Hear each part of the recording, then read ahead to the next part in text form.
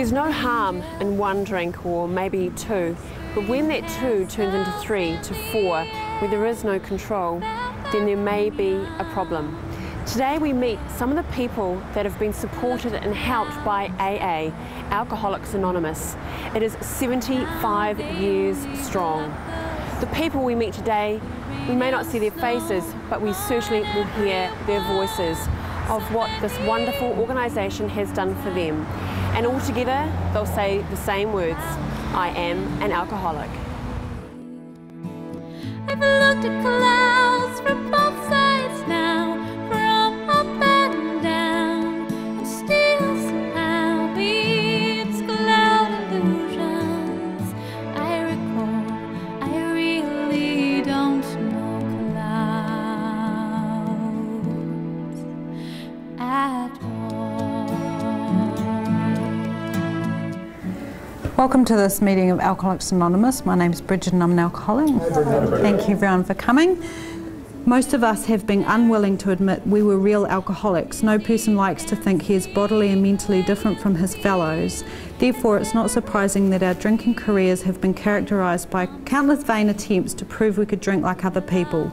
The idea that somehow, someday, he will control and enjoy his drinking is the great obsession of every abnormal drinker. The persistence of this illusion is astonishing. Many pursue it into the gates of insanity or death.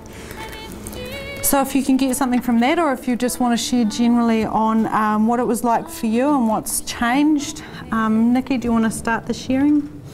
When I was 14, I got introduced to alcohol, and all of a sudden I made the grade.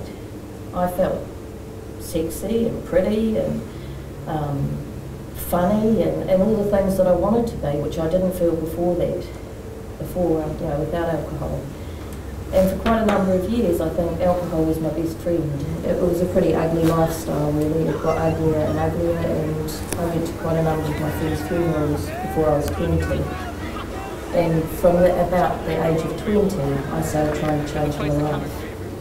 I didn't know my problem was alcohol. I still thought alcohol was a solution. To me, it seemed that if I was having a bad day, alcohol made it better. If I was having a good day, alcohol made it better.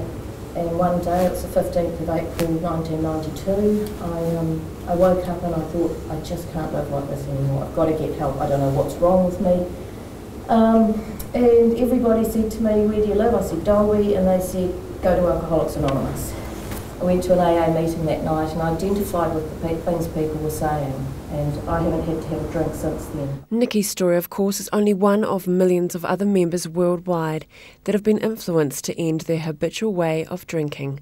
We talked to Sam, the Canterbury coordinator for AA, about this invaluable organisation embedded in so many lives, families, communities throughout the world. But where did it all begin? Well, this year it's 75 years since it was founded. It was founded in 1935 in Akron, Ohio, and since then it's spread worldwide. It's been in New Zealand since 1945, so it's been here quite a long time as well. There are meetings that are open, so people who are not alcoholics can go along and just have a listen. Because sometimes it just helps to hear people who are alcoholics talking about their experiences. Another member, Chris, made a call to AA for help under the cloud that he was calling for a friend. But alas, the streetwise operator knew that the real help that was needed was actually at the end of the phone. And when I realised that he had twigged that it was me that I was really talking about, he suggested I go to a meeting. And I went into that meeting and sat down, and I sat up the back in the darkest corner. And these people started sharing, and I thought I'd been set up. I thought somebody had told them all about me.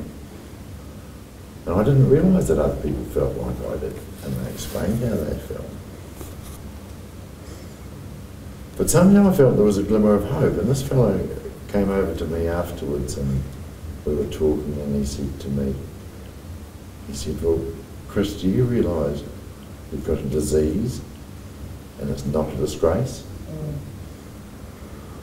And for the first time in my life, I did what was suggested. You know, I always had my way of doing things, but I was totally beaten, so I did what was suggested, and I got a sponsor. But he gave me an envelope, and this envelope had his name and address on it, and a stamp.